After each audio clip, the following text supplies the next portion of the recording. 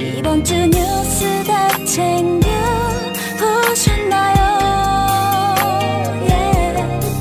깔끔한 분석, 통쾌한 해설, 유쾌한 토론까지 권갑창의 정치 신세계. 이 남자 문재인. 한 남자가 있다. 언변이 화려하지 않지만 뛰어난 변호사로 활동했고 본인도 넉넉하지 않으면서 어려운 사람들의 변호를 도맡아온 친구의 예기치 못한 죽음 앞에서도 흐트러지지 않았으면서 옷깃 한 번 스친 적 없는 아이들의 영정 앞에서는 눈물을 참지 못하는 조금은 특이한 사람이다. 우여곡절 끝에 정치를 하게 된 이 남자는 사람이 먼저라는 말을 자주 한다. 주변 사람들과 타협하며 살아왔지만 원칙은 절대 타협할 수 없다고도 말한다. 이 남자는 왜 이토록 사람을 소중히 여기게 되었을까? 이 사람이 지키고자 하는 원칙은 도대체 무엇일까? 그의 지나온 인생 속에 그 답이 있지 않을까? 문재인, 이 남자의 과거로 잠시 들어가 보자. 문재인은 가난한 집안의 장남으로 태어났다. 돈 없고 백 없이 태어났지만 머리만큼은 누구보다 좋았던 이 소녀는 부산의 명문이었던 경남중학교에 이어 경남고등학교에 수석으로 입학했다. 학교 안에서는 문과 문재인, 이과 승효상이라는 말이 있을 정도로 학업 성적이 뛰어났다. 그러나 수재에게도 시련은 있는 법. 고등학교에 가서야 부자들의 세계를 알게 된 이 사춘기 소녀는 가난하기만 한 자신의 처지를 비관하게 된다. 술, 담배까지 손을 대며 방황하던 끝에 대학 입시에 낙방하고 말았다. 떨어지고 나서야 정신을 차린 이 청년은 재수를 위해 종로학원 진입시험에 응시했다. 그리고 응시자 전체 1등이라는 성적으로 학원비를 면제받아 형편이 어려운 부모님께 소박한 효도를 하게 된다. 이어 경희대학교 법대 수석으로 합격하여 4년 전액 장학금을 받아 큰 효도를 한다. 그러나 효자도 불효를 저지를 때가 있는 법. 당시 대학가를 뒤덮고 있던 반독재 학생운동을 이 효자 청년은 외면하지 못했다. 학생운동에 가담하면 장학금도 보장받지 못하게 되는 상황이었지만 문재인은 총학생회의 총무부장을 맡으며 집회를 주도하게 된다. 그러다가 1975년 기어이 구속 수감되어 부모님의 마음을 아프게 하고 말았다. 학생운동에 뛰어들면서 부모님 얼굴이 생각나지 않았느냐고 누군가 문재인에게 물었다. 그는 이렇게 대답했다. 그 부분은 괴로웠지만 수감됐을 때는 오히려 편안함을 느꼈다고. 모든 것이 두렵고 매 순간 겁나는 시절이었지만 자기 원칙과 자존심을 지켰다는 생각에 편안했다고 한다. 징역 8월에 집행유예 1년을 선고받고 대학에서 제적까지 당한 상황에서 불안감은커녕 도리어 편안함을 느꼈다는 이 간 큰 남자. 그의 서대문 구치소 수감 생활을 엿볼 수 있는 작은 일화가 있다.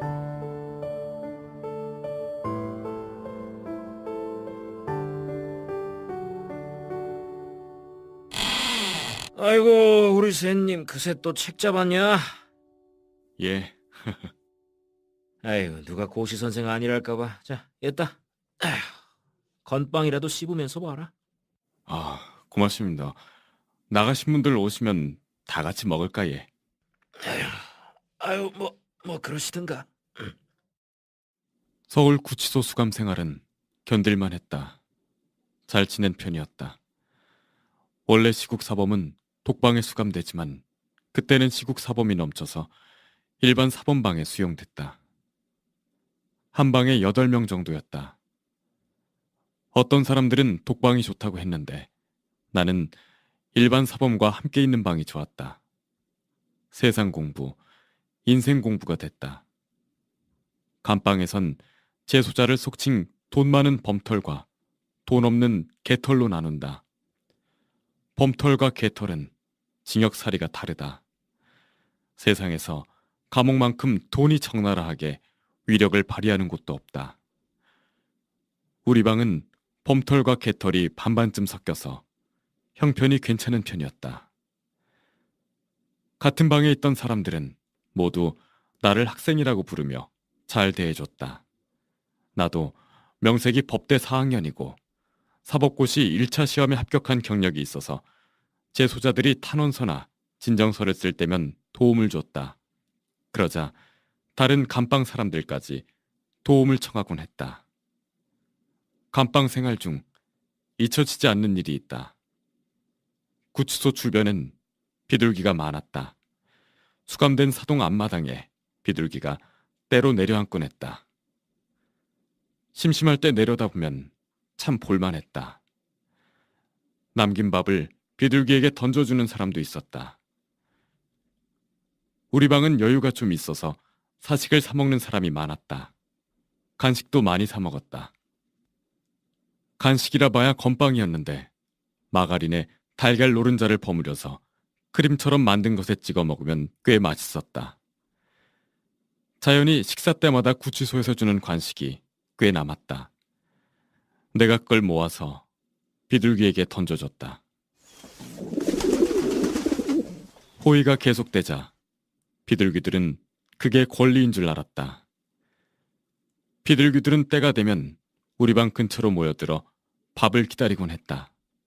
그런데 내가 밥을 던져줄 때마다 건너편 소년수 감방의 소년수들이 창가에 모여 그걸 구경하는 것이다. 나는 수감 생활이 워낙 지루하니 그것도 볼거리라고 다들 구경하는 것인 줄 알았다. 그런데 그게 아니었다. 어떤 재소자가 어느 날 내게 귀띔을 해줬다. 야, 구경이 아니고 임마 쟤들 다 개털이잖냐 개털. 배고파 죽겠지 저것들 지금. 비둘기한테 주는 밥 아까워서 저렇게들 쳐다보는 거다. 먹고 싶어서. 네? 정말입니까? 깜짝 놀랐다. 그런 줄도 모르고 비둘기에게 남는 밥을 던져주면서 좋아했던 내가 정말로 부끄럽고 미안했다. 소년수들은 모두 개털이어서 식사 때 주는 간식 말고는 먹을 게 없었다. 그러니 늘 배가 고플 수밖에 없었다. 그 후부터는 감방 동료들의 협조를 받아 간식 한두 덩이를 손대지 않고 통째로 남겨 소년수 감방으로 보내줬다.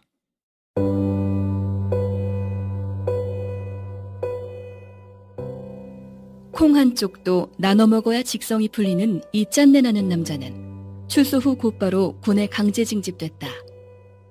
입대 후 훈련소를 거쳐 특수전 사령부 예하 제1공수 특전여단에서 복무하게 된다. 세상은 불공평하다고 했던가. 공부도 적성에 맞고 시위도 적성에 맞고 구치소 생활까지 적성에 맞춰버렸던 이 남자는 군생활조차 너무 열심히 해서 복무기간 중 2차례나 최우수 특전사로 표창을 받는다. 말뚝박으라는 권유를 뿌리치고 전역한 문재인은 1980년 대학을 졸업하고 사법시험 준비에 몰두한다. 그러나 재벌은 누구 못 준다고 했던가. 쿠데타로 정권을 탈취한 전두환 반대 시위에 또 가담하게 되고 5.17 비상계엄 확대 조치와 함께 청량리 구치소에 수감된다. 수감 생활도 적성에 맞춰버리는 놀라운 적응력을 가진 그는 구치소 안에서 사법고시 공부에 전념한다. 응시조차 불투명하던 수감자 처지였음에도 포기를 모르는 남자다. 이 집념의 사나이를 알아봐준 경희대학교 조영식 총장이 신원 보증을 하고 나섰다. 덕분에 문재인은 제22회 사법시험에 응시할 수 있게 된다. 결과는 최종 합격. 구치소에서 합격을 통보받으며 문재인은 극적으로 석방된다. 행복은 성적순이 아니지만 석방은 성적순일 수도 있다는 사례를 만들어낸 희한한 남자다. 내로라 하는 수재들만 모인 사법연수원에서도 이 남자의 1등 행진은 계속됐다. 박원순, 고승덕, 조영래 같은 걸출한 동기들을 제치며 수석을 차지했고 사법연수원 최고상인 법무부 장관상도 수상했다. 그러나 1등 패권자에게도 약점은 있는 법. 학생운동 전력 때문에 졸업 성적이 수석에서 차석으로 바뀌었고 원하던 판사는 물론 어떤 공직에도 임용되지 못했다. 당시 사법연수원에서 12등이었던 고승덕이 판사로 상위권이 아니었던 박원순도 검사로 임용됐던 걸 생각하면 실로 불합리한 처사였다. 정권에서 외면한 이 수재에게 대형 로펌들이 줄줄이 영입을 제의해왔다. 수재들 중에 1등, 성적왕 문재인이었으니 당연한 수순이었다. 잘 나가는 로펌에 들어가 거액의 연봉을 받으며 떵떵거리고 살 수 있는 꽃길 인생이 드디어 이 남자 앞에 펼쳐진 것이다. 그러나 이 이상한 남자는 눈앞에 깔린 꽃길을 못 본 척하고 부산으로 내려가 버린다. 그리고 그곳에서 노무현이라는 일생의 친구를 만나게 된다. 노무현과 함께 노동자들의 변호사로 살기 시작한 문재인은 노동자들의 피폐한 삶을 적나라하게 알게 된다. 불평등과 부당함에 분노한 친구 노무현은 세상을 바꿔보겠노라 정계에 입문했지만 문재인은 정계 영입을 거절하고 홀로 부산에 남아 인권 변호사의 삶을 이어간다. 부산지방변호사회 인권위원장, 부산민주시민협의회 상임위원 등으로 활동하며 부산 미국문화원 방화 사건, 동의대학교 사건, 페스카마호 사건 등 굵직굵직한 시국 사건들을 변론했고 당시 유일했던 진보 언론사 한겨레 신문의 설립위원으로 참여하기도 했다. 이때 수많은 노동자들의 변호를 맡으면서 문재인은 부산 일대에서 인권 변호사의 아이콘이 됐는데 하얀 얼굴에 큼지막한 눈으로 빙긋이 웃어주던 멋진 변호사라고 그를 기억하고 있는 한 노동자의 얘기를 들어보자.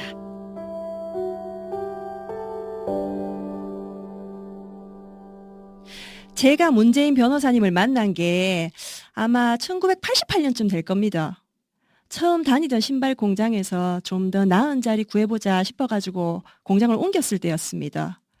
큰 공장에서 재봉사 경력이 있으니까 대우 좀 받겠지, 월급도 많이 주겠지, 그런 생각을 했습니다. 그런데 여우 피하다가 호랑이 만난다고 제가 꼭 그 꼴을 당하대예. 근무 조건이 너무 열악했습니다. 낮에도 쥐들이 재봉틀 밑에 왔다 갔다 하고 화장실 칸막이도 없었습니다.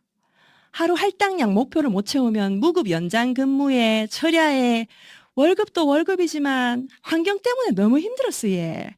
그래갖고 저희는 머리에 띠를 두르고 데모를 시작했어요. 예. 점심밥 좀 편하게 먹게 해달라. 밥 좀 먹자. 낮에 열심히 할 테니까 밤에는 잠 좀 자자. 잠 좀 자자. 쥐새끼 좀 잡아주라. 잡아주라. 화장실 칸막이 좀 만들어 달라. 만들어 달라. 그럼 뭐 합니까? 회사는 꼼짝도 안 하대 얘. 아, 이것들이 간따위가 쳐불었나? 야, 김반장! 저 불만 있는 애들 다 내보내! 아우 저 시앙 씨. 야 이년들아. 니년들 아니면 일할 사람 없는 줄 알아?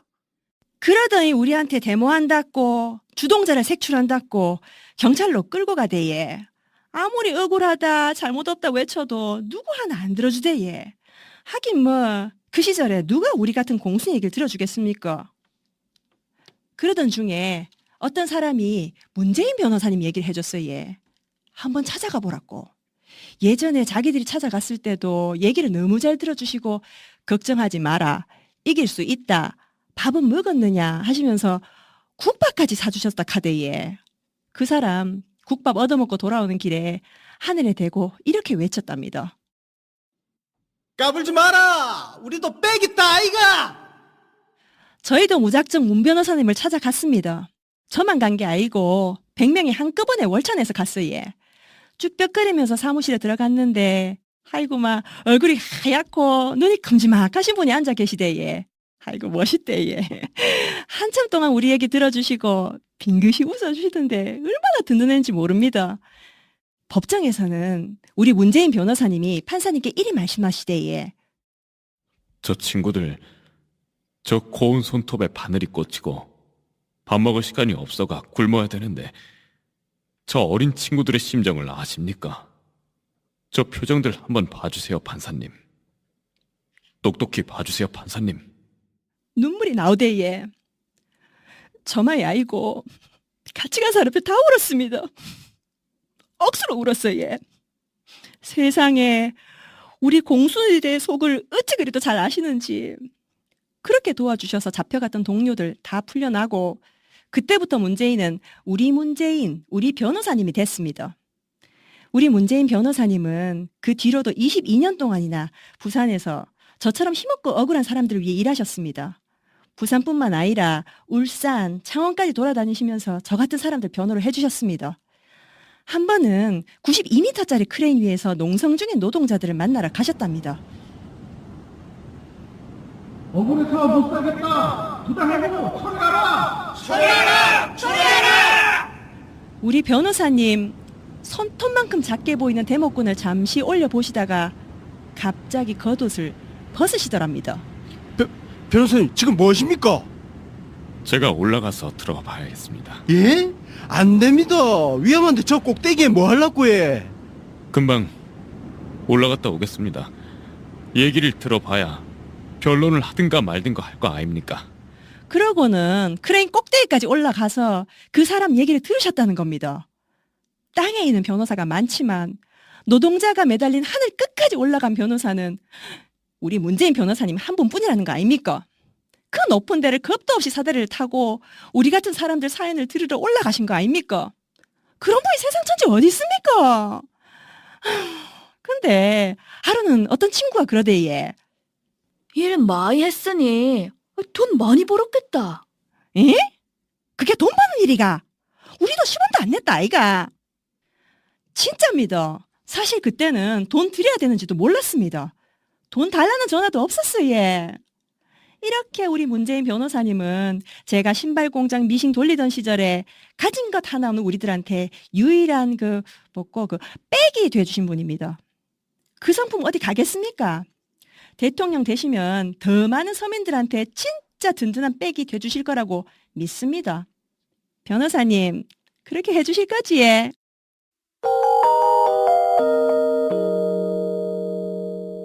노동자들에게 유일한 백이 되어 주었다는 변호사 문재인. 도움받아 한 톨도 용납하지 않은 결벽주의자. 그것이 친구들 기억 속의 문재인이다. 이 고지식한 남자의 변호사 시절을 기억하고 있는 한 동창생이 있다. 연극 연출가가 된 이 친구의 이야기를 들어보자. 난 그렇게 지냈어. 내 얘기가 아닌 그저 그런 노래 만들면 윤태가 이쪽이다. 무슨 일로 보자 했노? 네, 좀 부탁할 게 있다. 뭐고? 이거 연극 티켓이다. 받아라. 그거 좀 팔아달라고. 어디 보자. 이게 몇 장이고? 얼마 안 된다. 한 100장 되나. 언제까지 팔면 되는데? 공연 전에만 팔면 되지. 한 보름 여유 있다. 알았다. 내 한번 팔아볼게. 지금이나 그때나 연극 어렵긴 마찬가지죠. 관객이 없으니까 감독까지 나서서 지인들한테 티켓 팔고 다녔어요. 뭐 파는 게 아니라 사실 강매죠, 강매. 제인이 포함해서 한 다른 친구들한테도 100장씩 맡겼습니다. 그리고 공연을 앞둔 어느 날 제인이가 극장 앞으로 찾아왔습니다. 야, 미안하다. 뭔데? 뭐 그거는 또 뭔 봉투고? 내 열심히 팔았는데 64장밖에 못 팔았다. 받아라. 티켓을 판매한 돈과 36장의 남은 표가 담긴 봉투를 저는 고마운 마음으로 받았습니다. 봉투를 열어보고는 깜짝 놀랐습니다. 남은 36장의 연극표 때문이었습니다. 표가 시커멓게 손때에 절어 있었습니다. 늘 손에 쥐고 다니며 지인들 한 명 한 명한테 아쉬운 소리를 해대면서 그렇게 열심히 표를 팔았던 거죠. 사실 잘 나가는 친구들은 떠맡은 표를 그냥 주위에 나눠줘 버립니다. 그리고는 팔았다고 자기 돈으로 입장료를 주는 거죠. 그나마 표 맡은 친구 중에 절반은 그냥 감감무소식입니다. 부탁받았다는 사실 자체도 까먹어 버립니다. 그런데 이 친구 문재인은 참 독특합니다. 티켓에 시커먼 손때가 묻을 정도로 한 장 한 장 직접 표를 팔았던 겁니다. 돈이 없어서 그런 것도 아닐 텐데 그래도 명색이 변호사인데 말입니다. 고지식한 거죠. 정말 원칙에 충실한 친구입니다. 지금도 가끔 궁금합니다. 그때 64장의 표는 누구한테 팔았을까 하고 말이죠.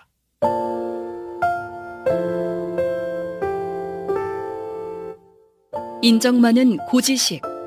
이런 기묘한 표현이 아니면 설명이 되지 않는 문재인이란 남자.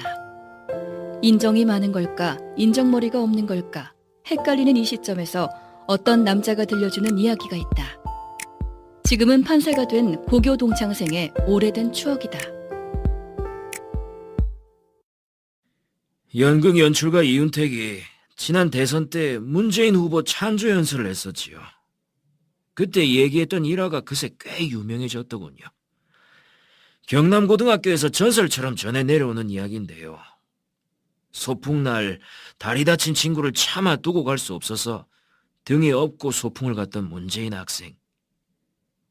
업고 걷다가 힘들면 쉬기를 반복하면서 최종 집결지에 도착해보니까 소풍 일정이 다 끝나 있었단 얘기지요. 참 따뜻한 얘기인데 얘기 끝은 더 훈훈했습니다. 제인이가 친구를 혼자 업고 올라오게 된 걸 알게 된 친구들이 내려올 때는 그 다친 친구한테 교대로 등을 내줬습니다. 반 전체가 돌아가면서 업고 내려왔어요. 그 이야기로 이윤택과 문재인이 친구인 게 알려졌는데 막상 다리 다쳤던 친구는 알려지지를 않았지요. 그 친구가 바로 저입니다. 저는 김정학이라고 합니다.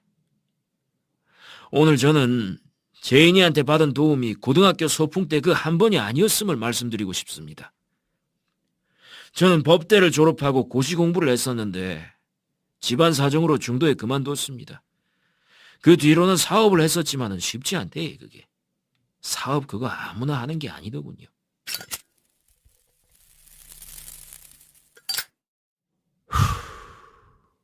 그야말로 엉망진창이 돼가 앞날이 캄캄했습니다. 그때가 1984년경입니다. 그 무렵에 제인이는 변호사 된 지 얼마 안 돼서 여유 있을 때는 아니었는데 제 사정을 듣고는 다짜고짜 연락해서 그러더군요. 지가 비용 다 될 거니까 고시 공부 다시 시작하라고요. 제가 대답을 주저하니까 제인이는 후배까지 보내면서 저를 설득했어요. 기어이 결심하게 만들었습니다. 저는 맨몸으로 제인이가 이미 구해놓은 부산의 고시원으로 내려갔습니다. 그로부터 2년 동안 제인이는 고시공부 책 일체를 새로 사서 넣어주고 고시원비에 용돈까지 대주면서 저를 공부시켜줬습니다. 다행히 공부 2년 만에 28회 사법시험에 합격했습니다. 그래서 지금은 판사로 재직하고 있습니다. 그때 제인이한테 진 빚을 조금도 갚지 못하고 있지만은 세상에 이렇게 자랑스러운 우정을 제가 갖고 있다는 사실이 그저 생각만 해도 벅차고 훈훈합니다. 너의 손을 붙잡고 나란히 걸으며 함께 나선 길. 자신의 능력 안에서 할 수 있는 한 어려운 사람을 돕는다는 원칙. 지인들의 도와달라는 청탁을 철저히 무시해버리는 원칙. 이 양면적인 원칙이 모두 문재인의 본 모습이다. 이 원칙이 지인뿐 아니라 가족에게까지 적용됐다는 사실을 문재인의 청와대 시절을 통해 알 수 있다. 정치권의 러브콜을 한사코 거절하며 변호사로 살던 문재인은 대통령 후보가 된 친구 노무현의 당선을 돕기 위해 정치에 첫 발을 내디뎠다.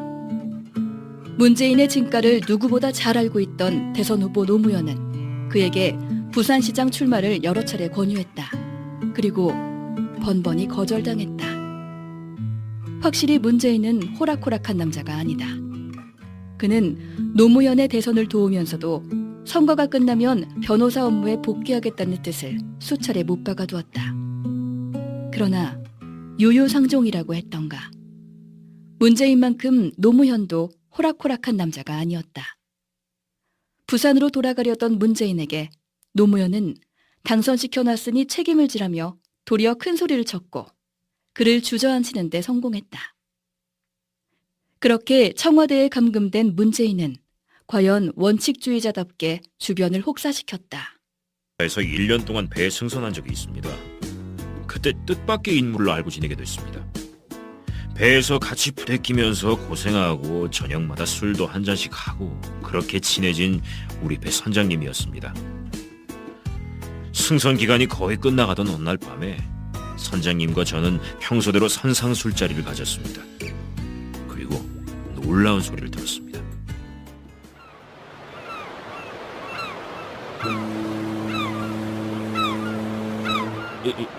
예?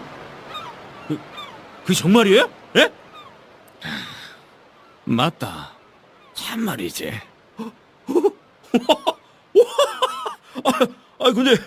근데 어쩌면 그동안 말씀 한 번을 안 하셨어요. 우리 형 이름 뭐냐고. 내가 언제 물어봤나? 물어봐야 말을 하지. 세상에, 선장님의 형님이 문재인이라는 거였습니다. 노무현 대통령의 비서실장이었던 그 문재인 말입니다. 야, 제가 이런 분을 다 알게 되고 이거 아유, 진짜 영광입니다. 예? 영광은 또 뭔 얼어 죽을 영광이고. 아유, 영광이지요. 그렇게 유명한 분 동생분하고 이렇게 술도 마시고 아유, 정말 신기하네요. 자식이 싱겁긴. 그러면 우리 선장님도 형님 덕 좀 보셨겠는데요? 뭐라고? 덕? 덕 좋아하네. 미친나. 누구 약 올리나? 에? 덕은커녕 내가 막 형 때문에 고생만 쎄 빠지게 하고. 아이고, 진짜 형만 아이면 그냥 우애 형이 남보다 못하노. 응? 저는 그 사이가 좀 안 좋으신 모양이네요. 예. 안 좋긴 마. 맨날 나 혼자 짜증이지. 말해봐야 내 입만 아프다 안 카나. 얘기인즉 이랬습니다. 문재인 씨가 비서실장이 됐을 무렵에 우리 선장님은 STX에 승선하는 해상직 선원이었다고 합니다. 선장님의 형님이 누군지 알게 된 회사에서 선장님 직책을 육상직으로 변경하고 꽤 높은 자리로 승진시켜줬다고 합니다. 그리고 그 사실이 문재인 비서실장의 귀에 들어가게 된 거죠. 소식을 듣자마자 문재인 실장은 STX에 전화를 넣었답니다. 청와대 비서실 문재인입니다. 엉뚱한 일 하셨던데요. 그러신다고 STX에 하등 도움 드릴 일 없으니까 보직 원위치 시키세요. 당장 조치하십시오. 그리고 바로 또 동생인 선장님께 전화를 넣었다고 하죠. 네 당장 배 타러 돌아가라. 네 회사에도 얘기해놨으니까. 아유, 마! 정신 안 차리나? 어딜 회사에서 자리 준다고 냉큼 받나? 형이 모를 줄 알았나? 앞으로 단디해라. 알았지? 바쁘다. 끊으라. 이게 제가 들은 문재인에 대한 이야기입니다. 아휴, 그 사람 참 살벌하게 꼬장꼬장하더라고요. 아니 뭐 자기만 바쁘나? 내도 바쁘다. 바쁜 사람한테 전화는 누가 먼저 했는데. 그러게요. 예. 인간적으로 너무하다 말이다. 까놓고 내가 정탁한 것도 아니고 내가 뭐 형 이름 된 적이 있나? 그죠? 없지? 예. 맞나? 솔직히 일 잘해서 내가 잘한 거 아이가? 에? 안 그나? 그니까요. 예. 그래서 승진한 걸 수도 있고요. 안 그래요? 맞다. 형님 아가 돼서 꼭 그렇게 해야 되나 말이다. 하나밖에 없는 아우한테. 에? 아유, 그 섭섭하게 지리 정말. 사장님, 한 잔 더 하시죠. 예.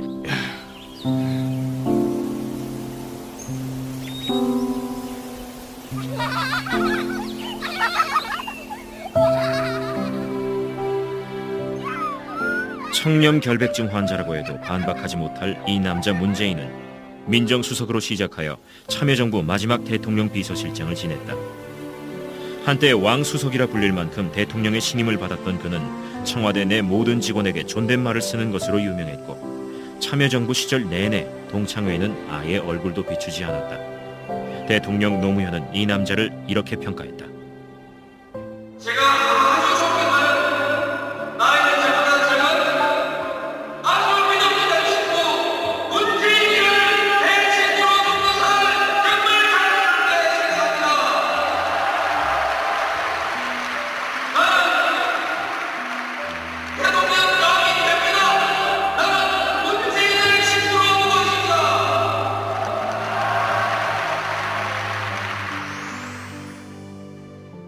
여기 한 남자가 있다. 뛰어난 지능을 타고난 수재 중의 수재이며 인정 넘치는 천성을 타거나 남 돕는 일을 즐기는 사람이다. 맡은 바 책임 앞에서는 무소처럼 굳건하며 어떠한 불행이라도 긍정적으로 받아들이고 이겨내는 사람이다. 친구들과 가족에게조차 부당한 이익을 허락하지 않는 최고의 원칙주의자다. 큼지막한 눈으로 빙긋이 웃으며 사람들의 말에 귀를 기울이는 사람, 문재인. 이 남자가 대통령이 된다면 세상은 어떻게 달라질까? 기회는 평등할 것입니다. 가정은 공정할 것입니다. 결과는 정의로울 것입니다.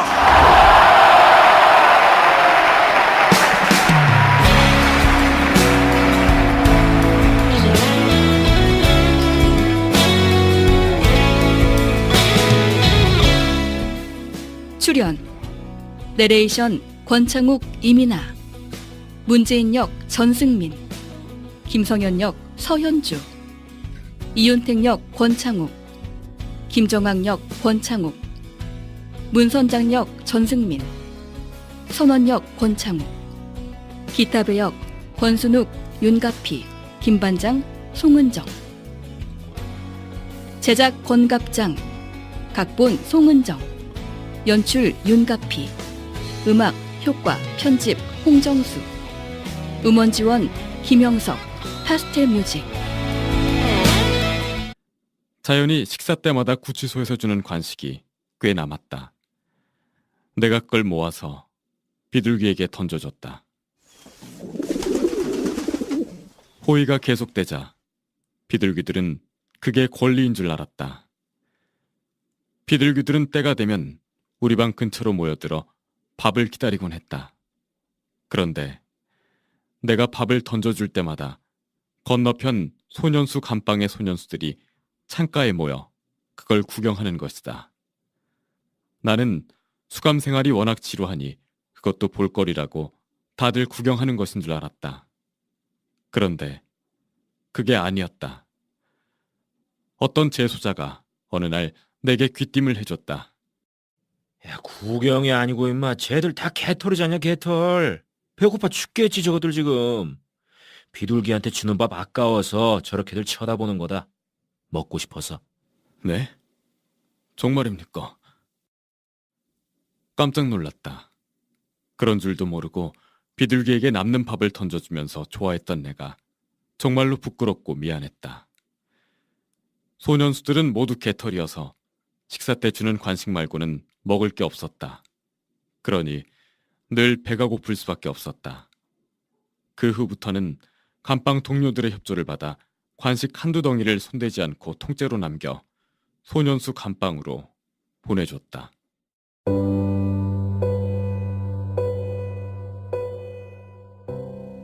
콩 한 쪽도 나눠 먹어야 직성이 풀리는 이 짠내 나는 남자는 출소 후 곧바로 군에 강제 징집됐다. 입대 후 훈련소를 거쳐 특수전 사령부 예하 제1공수 특전여단에서 복무하게 된다. 세상은 불공평하다고 했던가. 공부도 적성에 맞고 시위도 적성에 맞고 구치소 생활까지 적성에 맞춰버렸던 이 남자는 군생활조차 너무 열심히 해서 복무기간 중 2차례나 최우수 특전사로 표창을 받는다. 말뚝박을 하는 권유를 뿌리치고 전역한 문재인은 1980년 대학을 졸업하고 사법시험 준비에 몰두한다. 그러나 재벌은 누구 못 준다고 했던가. 쿠데타로 정권을 탈취한 전두환 반대 시위에 또 가담하게 되고 5.17 비상계엄 확대 조치와 함께 청량리 구치소에 수감된다. 수감 생활도 적성에 맞춰버리는 놀라운 적응력을 가진 그는 구치소 안에서 사법고시 공부에 전념한다. 응시조차 불투명하던 수감자 처지였음에도 포기를 모르는 남자다. 이 집념의 사나이를 알아봐주고 모든 것이 두렵고 매 순간 겁나는 시절이었지만 자기 원칙과 자존심을 지켰다는 생각에 편안했다고 한다. 징역 8월에 집행유예 1년을 선고받고 대학에서 제적까지 당한 상황에서 불안감은커녕 도리어 편안함을 느꼈다는 이 간 큰 남자. 그의 서대문 구치소 수감 생활을 엿볼 수 있는 작은 일화가 있다.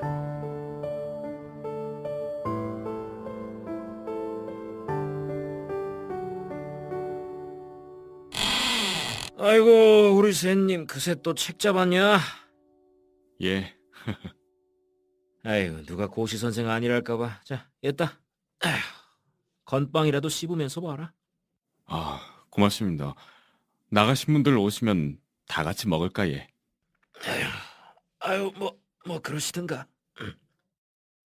서울 구치소 수감 생활은 견딜만 했다.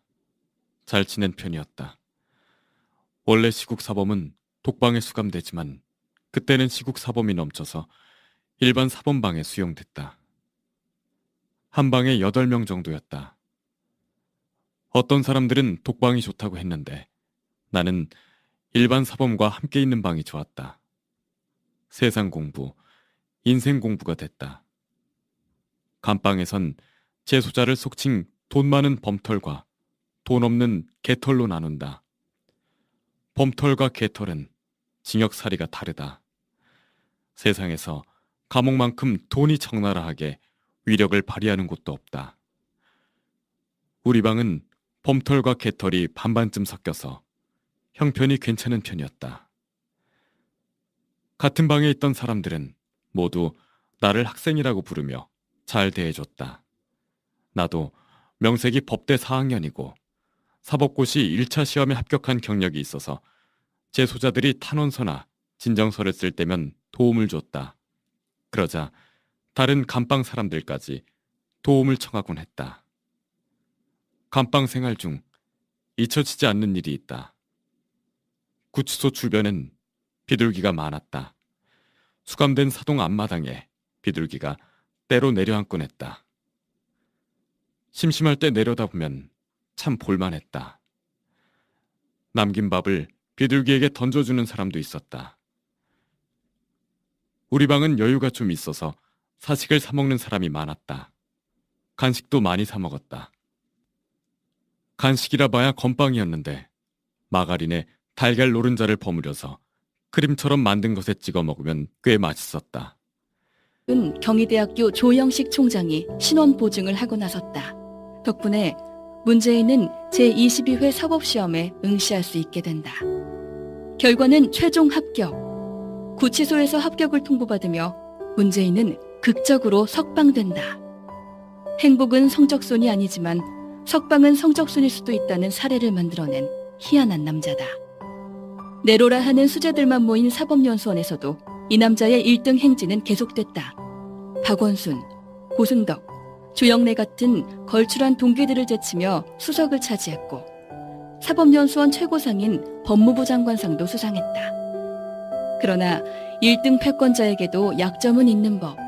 학생운동 전력 때문에 졸업 성적이 수석에서 차석으로 바뀌었고 원하던 판사는 물론 어떤 공직에도 임용되지 못했다. 당시 사법연수원에서 12등이었던 고승덕이 판사로, 상위권이 아니었던 박원순도 검사로 임용됐던 걸 생각하면 실로 불합리한 처사였다. 정권에서 외면한 이 수재에게 대형 로펌들이 줄줄이 영입을 제의해왔다. 수재들 중에 1등, 성적왕 문재인이었으니 당연한 수순이었다.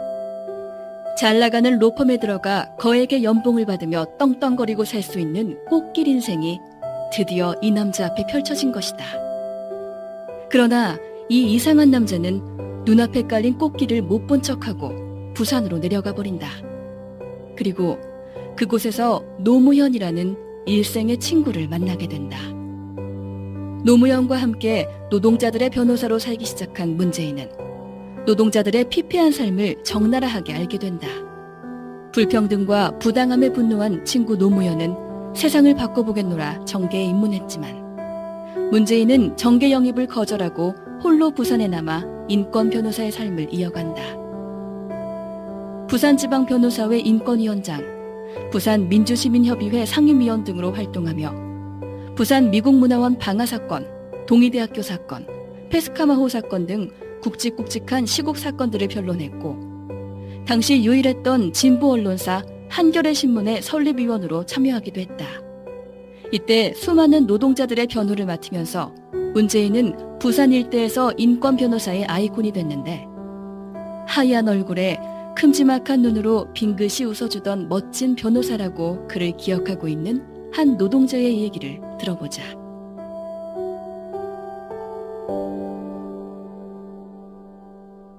제가 문재인 변호사님을 만난 게 아마 1908 이번 주 뉴스 다 챙겨보셨나요?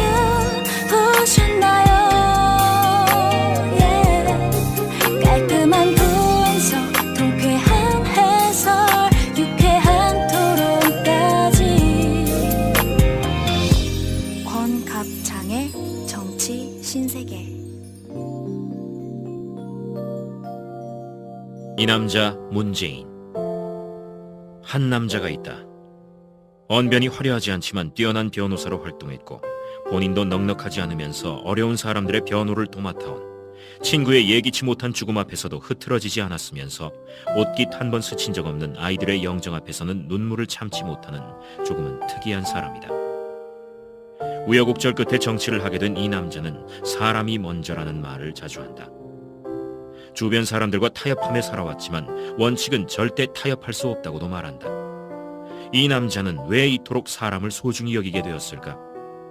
이 사람이 지키고자 하는 원칙은 도대체 무엇일까? 그의 지나온 인생 속에 그 답이 있지 않을까? 문재인, 이 남자의 과거로 잠시 들어가 보자. 문재인은 가난한 집안의 장남으로 태어났다. 돈 없고 백 없이 태어났지만 머리만큼은 누구보다 좋았던 이 소녀는 부산의 명문이었던 경남중학교에 이어 경남고등학교에 수석으로 입학했다. 학교 안에서는 문과 문재인, 이과 승효상이라는 말이 있을 정도로 학업 성적이 뛰어났다. 그러나 수재에게도 시련은 있는 법. 고등학교에 가서야 부자들의 세계를 알게 된 이 사춘기 소녀는 가난하기만 한 자신의 처지를 비관하게 된다. 술, 담배까지 손을 대며 방황하던 끝에 대학 입시에 낙방하고 말았다. 떨어지고 나서야 정신을 차린 이 청년은 재수를 위해 종로학원 진입시험에 응시했다. 그리고 응시자 전체 1등이라는 성적으로 학원비를 면제받아 형편이 어려운 부모님께 소박한 효도를 하게 된다. 이어 경희대학교 법대 수석으로 합격하여 4년 전액 장학금을 받아 큰 효도를 한다. 그러나 효자도 불효를 저지를 때가 있는 법. 당시 대학가를 뒤덮고 있던 반독재 학생운동을 이 효자 청년은 외면하지 못했다. 학생운동에 가담하면 장학금도 보장받지 못하게 되는 상황이었지만 문재인은 총학생회의 총무부장을 맡으며 집회를 주도하게 된다. 그러다가 1975년 기어이 구속 수감되어 부모님의 마음을 아프게 하고 말았다. 학생운동에 뛰어들면서 부모님 얼굴이 생각나지 않았느냐고 누군가 문재인에게 물었다. 그는 이렇게 대답했다. 그 부분은 괴로웠지만 수감됐을 때는 오히려 편안함을 느꼈다. 18년쯤 될 겁니다. 처음 다니던 신발 공장에서 좀 더 나은 자리 구해보자 싶어가지고 공장을 옮겼을 때였습니다. 큰 공장에서 재봉사 경력이 있으니까 대우 좀 받겠지, 월급도 많이 주겠지, 그런 생각을 했습니다. 그런데 여우 피하다가 호랑이 만난다고 제가 꼭 그 꼴을 당하대예. 근무 조건이 너무 열악했습니다. 낮에도 지들이 재봉틀 밑에 왔다 갔다 하고 화장실 칸막이도 없었습니다. 하루 할당량 목표를 못 채우면 무급 연장 근무에 철야에 월급도 월급이지만 환경 때문에 너무 힘들었어요. 예. 그래갖고 저희는 머리에 띠를 두르고 데모를 시작했어요. 예. 점심밥 좀 편하게 먹게 해달라. 밥 좀 먹자. 낮에 열심히 할 테니까 밤에는 잠 좀 자자. 잠 좀 자자. 쥐새끼 좀 잡아주라. 잡아주라. 화장실 칸막이 좀 만들어 달라. 만들어 달라. 그럼 뭐합니까? 회사는 꼼짝도 안 하대 얘. 아, 이것들이 간따위가 쳐불었나? 야, 김반장! 저 불만 있는 애들 다 쳐다 내보내! 아우 저 쌍씨. 야 이년들아, 니년들 아니면 일할 사람 없는 줄 알아? 그러더니 우리한테 데모한다고 주동자를 색출한다고 경찰로 끌고 가대 얘. 아무리 억울하다 잘못 없다 외쳐도 누구 하나 안 들어주대 얘. 하긴 뭐 그 시절에 누가 우리 같은 공순 얘기를 들어주겠습니까? 그러던 중에 어떤 사람이 문재인 변호사님 얘기를 해줬어요. 얘. 한번 찾아가 보라고. 예전에 자기들이 찾아갔을 때도 얘기를 너무 잘 들어주시고 걱정하지 마라. 이길 수 있다. 밥은 먹었느냐 하시면서 국밥까지 사주셨다 카대에. 그 사람 국밥 얻어먹고 돌아오는 길에 하늘에 대고 이렇게 외쳤답니다. 까불지 마라. 우리도 빽 있다 아이가. 저희도 무작정 문 변호사님을 찾아갔습니다. 저만 간 게 아니고 100명이 한꺼번에 월천에서 갔어요. 예. 쭈뼛거리면서 사무실에 들어갔는데 아이고 막 얼굴이 하얗고 눈이 큼지막하신 분이 앉아 계시대. 예. 아이고 멋있대. 예. 한참 동안 우리 얘기 들어주시고 빙긋이 웃어주시던데 얼마나 든든한지 모릅니다. 법정에서는 우리 문재인 변호사님이 판사님께 이리 말씀하시대. 예. 저 친구들 저 고운 손톱에 바늘이 꽂히고 밥 먹을 시간이 없어가 굶어야 되는데 저 어린 친구들의 심정을 아십니까? 저 표정들 한번 봐주세요, 판사님. 똑똑히 봐주세요, 판사님.